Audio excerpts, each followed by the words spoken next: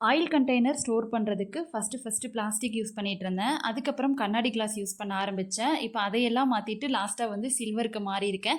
Plastic வந்து use பண்ணக்கூடாது. கண்ணாடி கிளாஸ் வந்து சேஃப் கிடையாது. என் பையன் ஸ்டூல் போட்டு மேலே ஏறி மத்த திங்ஸை எடுக்கிறான். பை மிஸ்டேக் அது கூட சேர்ந்து இதுவும் உடஞ்சு விழுந்துட்டா என்ன பண்ணுறதுன்னு ஆயில் கண்டெய்னர் வந்து மாற்றினேன். இது வந்து கிளாஸ்னா கூட நம்ம அவ்வளோவா வந்து அழுக்கு படியிறது வந்து தெரியறதில்ல. பட் இந்த இந்த கண்டெய்னர் வந்து ரொம்ப ஈஸியாக வந்து டஸ்ட் படிஞ்சிருது. வீக்லி ஒன்ஸ் வந்து நல்லா க்ளீன் பண்ணுற மாதிரி இருக்கு. பக்கத்திலேயே வச்சு நம்ம ஆயில்ல வந்து கடுகெல்லாம் பொரிக்கும் போது அந்த தாளிப்பு வந்து கரெக்டா இது மேல பட்டுருது.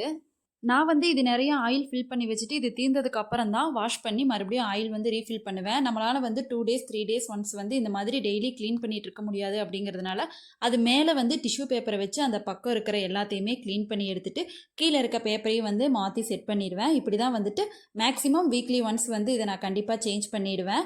இது வந்து எனக்கு அவ்ளோ பிடிக்கும் மாத்துறதுக்குமே.